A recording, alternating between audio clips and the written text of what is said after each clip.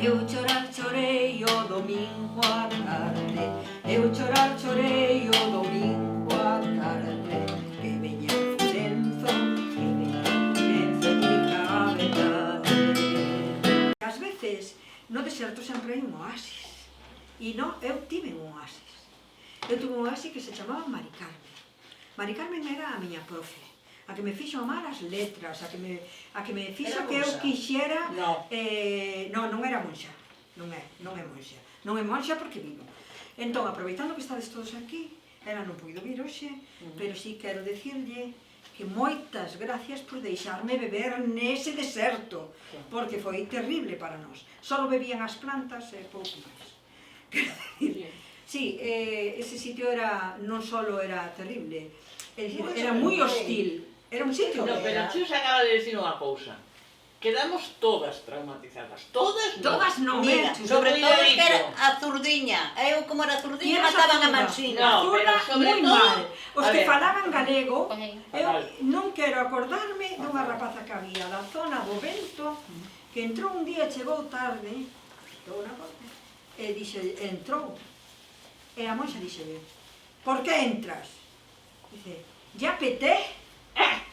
Sí. Sí. É dicir, se antes a iba a castigar, nese momento matouna. Sí. Matouna. Era terrible o tema do galego. E logo presumían, porque logo levaban a Manuel Trigo a darnos clase de galego. É unha absoluta contradición. Vou desaproveitar isto. Home. Entón, sí, as monxas tiñan moitas contradicións. Sobre todo Xa, pero porque sobre a todo nós o tratábanos moi clasismo. mal, pero logo estaban as que trataban como se foran... Andrea, o clasismo. Eran O absolutamente clasismo. clasistas. Totalmente. Pero moi Era clasistas, é terrible, dicir, terrible. os fillos de emigrantes estábamos crucificados, os que falaban galego estaban crucificados, os zurdas estaban crucificados, os que non lle ían polo rejo, a cousa é como é, se ti non entrabas polo rejo, estabas crucificado. Eu recordo que ainda Se toquei... ti non eras fillo do da Atlántica ou unha cousa así, Sí. ibas moi mal. No meu caso eran Llobos e Sandes. Sí, claro. No meu era Atlántico puro e duro. E alguno máis, claro.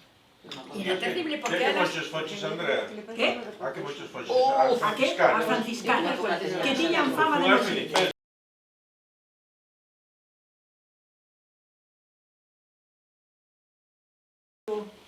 Está basado non só en experiencias miñas e non de outras mulleres que sufrimos amargamente o que é unha, vou chamar educación, pero non é educación, educación nun colexio de monxas. Hoxe en día isto afortunadamente cambiou, aparentemente, ollo, que ainda queda moitas cousas por avanzar, e nada, o que queirades preguntar, preguntádemo. Pasa unha cousa que nos pasou varias veces e é que hai termos, por exemplo, os tonchos, que non son daqui, e non sabemos o que é. Cando hai algo que non sepades, por favor, preguntade. Os tonchos son, na zona do interior, na época de castañas, cocíanse as castañas, enganchábanse en un collar, Entiendes, claro, sí, non? Ah, sí, Como sí, algunas sí. cosas. E comíanos. Íbano comendo. En teoría é para espantar as meigas. É poñerse morado a castañas, claro. Pero unha cousa non quita a outra. Na Semana Santa faise tamén na zona de Pontedeume faise a procesión dos tonchos. Ah, sí? Unha das procesións van sobre todo as nenas pequenas, levaban tonchos de castañas. De castañas, sí. Asadas. Así Ah, que... sí, a preguntadeu, asadas. Sí, sí, Asadas, claro, asadas. Así que comenzamos. Manel, comeza.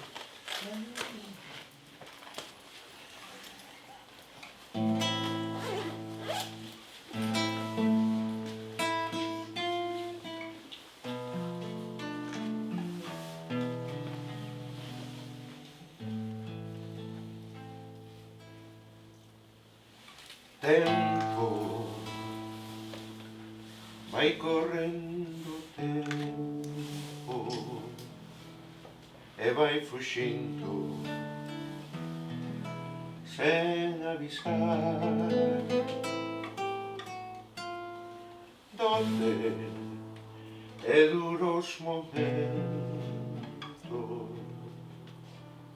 son os adentos que non voltará.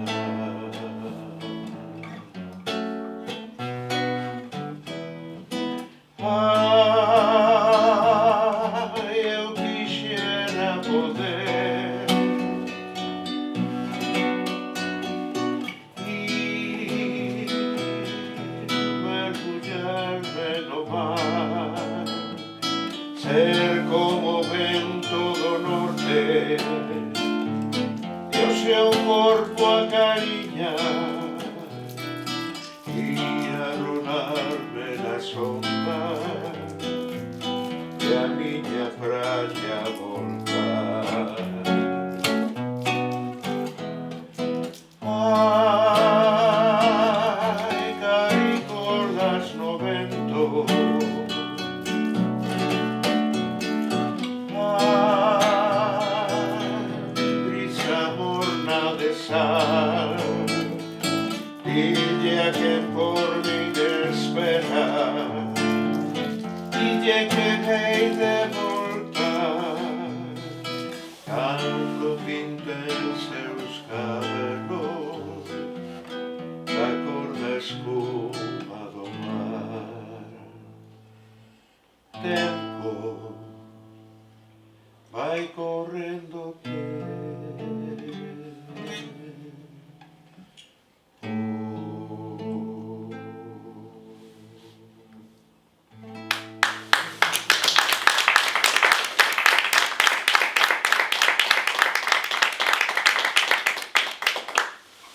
A aldea orfa é unha nena aprendendo a coser un futuro incerto.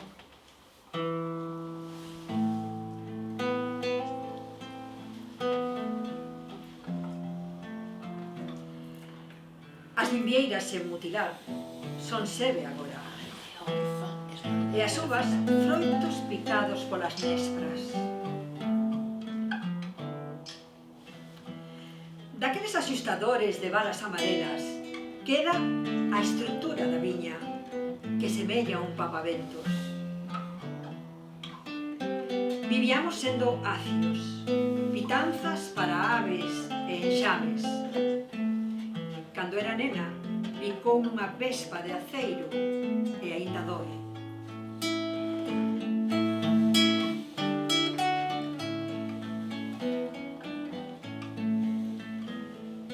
As clases de costura eran puntadas de avéspora, que encadeaban misterios non sempre gozosos, onde enfiar unha vainica dobre para non sentir o punto de cruz que nos facía un apretador ríxido. A educación das nenas comezaba cun enxoval que bordar para un neno imaginario.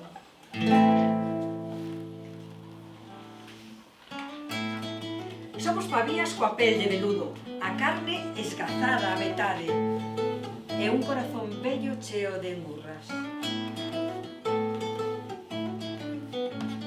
Un fungo deforma o pexegueiro, retorce as follas artríticas que ninguén coida, facéndoas prematuramente anciás.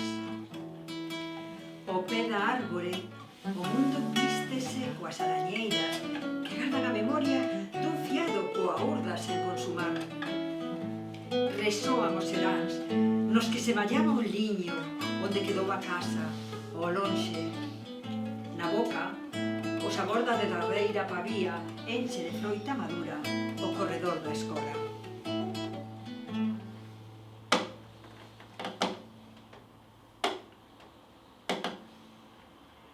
Aquel grupo de avelaíñas que non sentiron nunca entre as pernas o escorrer do sangue do sobreparto eran quen de aprendernos a ser nais devotas ou sumisas misioneiras.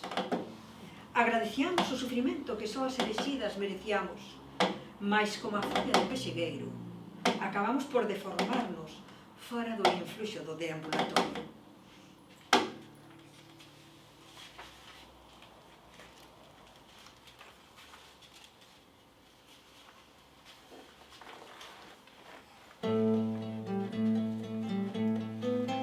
As rosas de papel arremedan a beleza de quen só leva maquillaxe.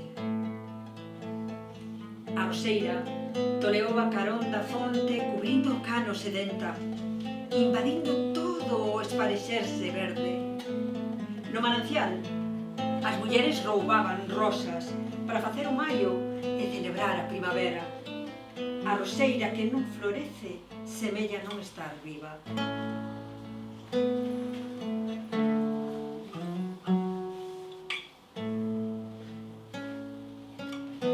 As flores do colexio de monxas fanse en pretecnoloxía con papel de seda.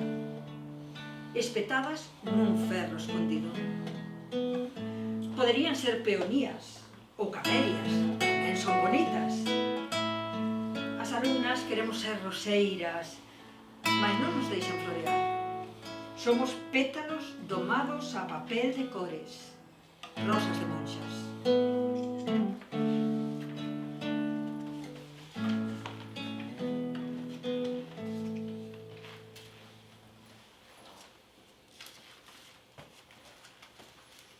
Que diferencia haberá entre facer fonchos ou escapularios? Se o purgatorio existe, porque as meigas non.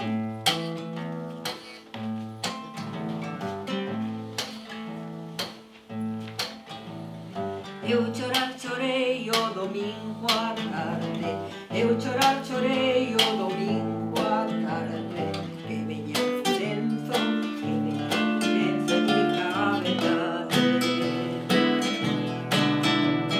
Que diga a verdade, pero con cautela. Que diga a verdade, pero con cautela. Túa nai é meiga, teño medo dela.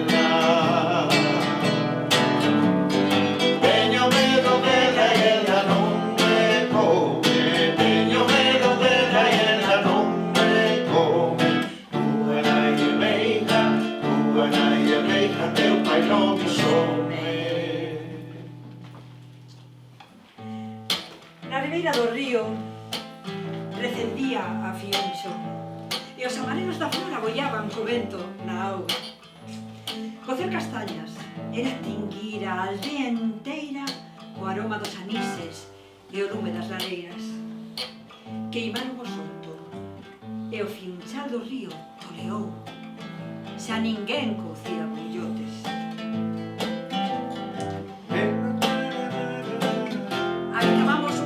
Habitábanos un escapulario no peito e no peto unha castaña de indios. Hai que estar a ben con Deus e co diaño. Antes das preces do rosario, unha indiana rodou ata os pés da monxa, que nos explicou que as meigas non existen e a superstición é pecado e cousas de vellas. Mas nós aprendemos que de existir as bruxas visten sotana. Da boa, volveu unha castaña ao bolso, porque a vegas ainas e meigas fora.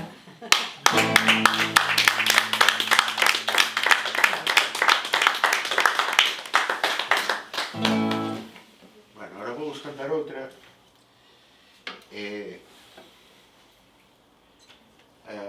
Pois ese tema é de Mero, xa conocedes, casi todos, non? Arrisqueime a facer unha melodía, a ver que vos parece, vale?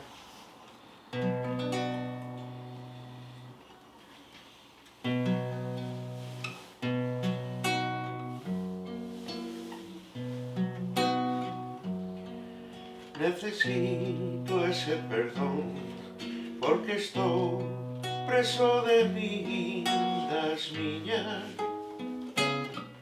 vaguidades, das miñas limitacións que no sentir me deixan coa soidade dende o principio do fin.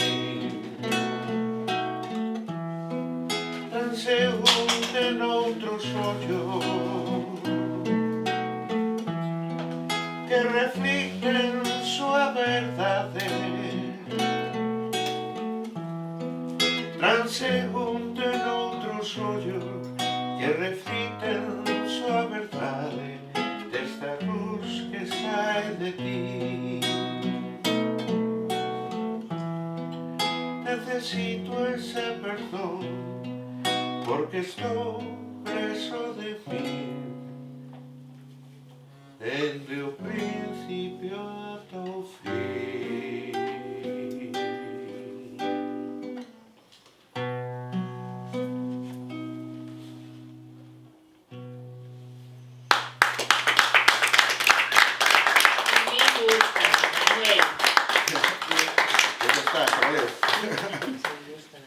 Bueno, o mellor hai algo que non expliquei e debín facer, e é que este poemario está construído en dous poemas xemelgos. Xemelgos, a ver como explico, non exactamente.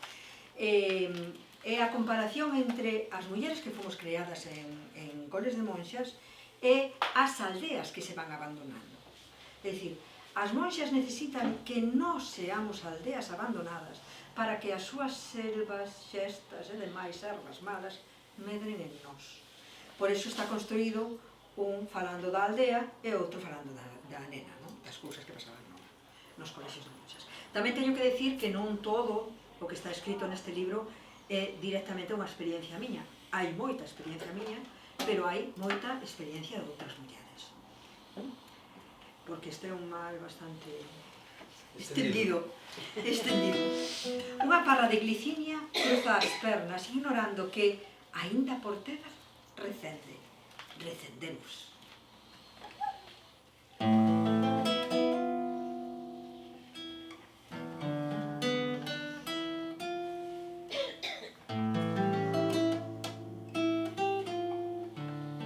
A glicinia no chan do patio, recta con corpo de ofirios, malva, desleixada. Tronzou pola mingua de esteo, cando xa non tiña quen a ulira. Aínda así persiste na teima de facer pendurar os seus sacios de rubideira e coa gravidade forzando a paraplexía.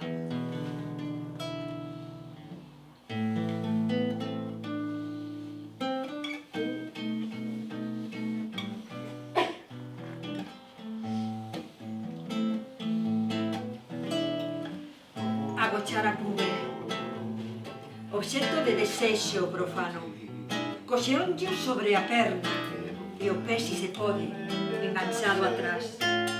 Os fémures, bragas de ferro, non serven de nada se a castigade non se inserta como vacina.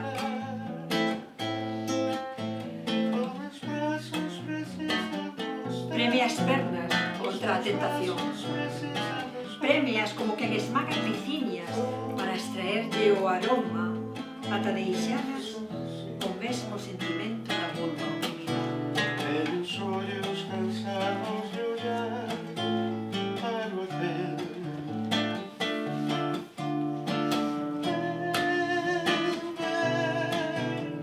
A vida, se você amor eu não sou viver. A ver, Clara. Se você amor eu não sou viver. Aí está. Se meu amor eu não sou viver.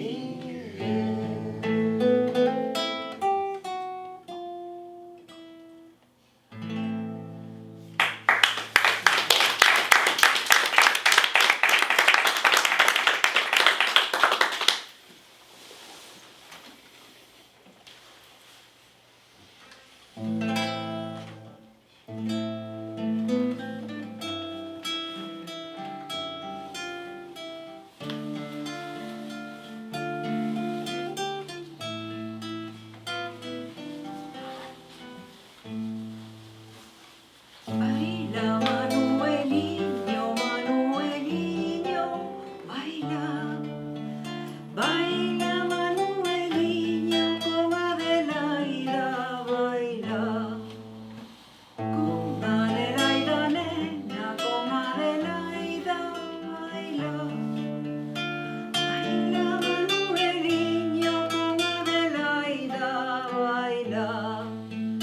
Unha onda polo medio e outra polo arredor. Así famos que ben bailan, así fai o bailador. Baila, Manueliño, Manueliño, baila. Baila, Manueliño, con Adelaida, baila. O eco dos bailes creba a clausuras, a pulos e a turuxos. Era a alborada dun gaiteiro de néboa, a que levantaba mellor as saias da bailadora, a que enchía de música aquel mundo no que das carreiras entre o millo nacían casamentos ás presas e fillos espurios. O campo da festa recende a muiñeira e nel aínda semella soar o pandeiro das uñas dos cabalos salvaxes ao trote.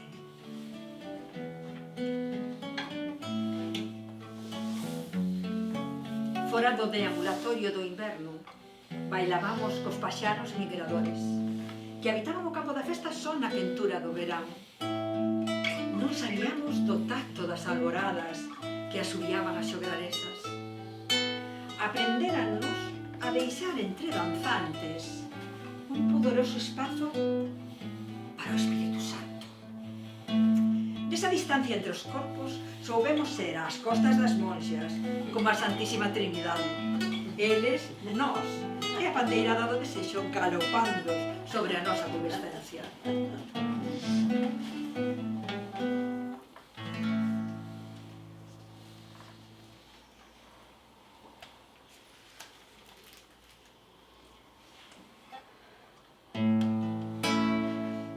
Cos feitos de lágrimas pasadas, os meninos do ambo facen alegría, construen soños cos seus mallos de maldadas, e no ceo descroen estrelas de maxía, como os labios de dicer nova poesía, soletran as estrelas como a letras e van xuntando no ceo como pedriñas, estrelas novas para facer novas palabras. Os meninos a volta da fogueira van a aprender coisas de soño e de verdade, saber como se gaña unha bandeira, van saber o que custou a liberdade. Desvaneceuse aquela liña de costa onde se soterraban as abrexas fuxindo das ouxas. En dúas quendas, os bosques caeron baixo o influxo dos movimentos das mareas e emerxeron sin compaixón os océanos. Fixemos conta da catástrofe, espetando na turba a historia do que fomos. Ninguén vai lembrar onde vivíamos, somos árbores fósiles, nun eterno inverno no que temos falta do caer aéreo das follas. Cos sorrisos máis lindos do planalto, facen contiñas engrasadas de somar, e soman beixos con flores e con sudor, e soletran mañas cedas por luar, dividen a xuga miúda pelo millo, multiplican o vento pelo mar, soltan o cego as estrelas xa escritas, con estelazóns que brillan sempre sen parar. Cando espimos o uniforme, pechamos os devocionarios, sen ollar atrás, mais quedounos a sombra da capela na córnea e a pegada da culpa nos xollos. Foi o noso derradeiro acto de fe.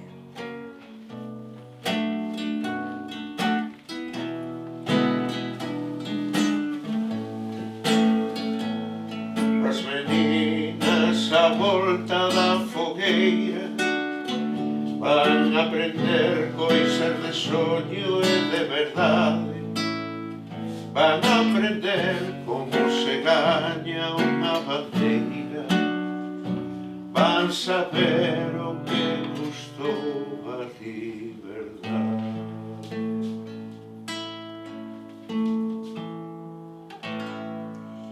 E cando saímos da gaiola, ai, cando saímos da gaiola!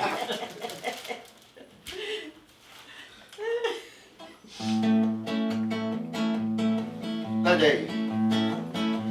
En una jaula de oro, En una jaula de oro, pendientes del balcón, se hallaba una calandria cantando su dolor. Hasta que un gorrioncillo a su jaula ha llegado. Si usted quiere sacarme, con usted yo me voy.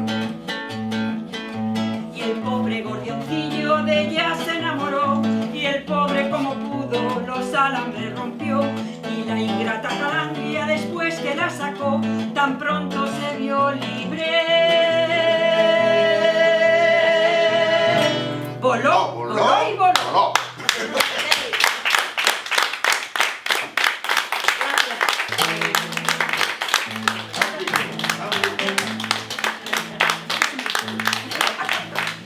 Eu chorar chorei o domingo á tarde, eu chorar chorei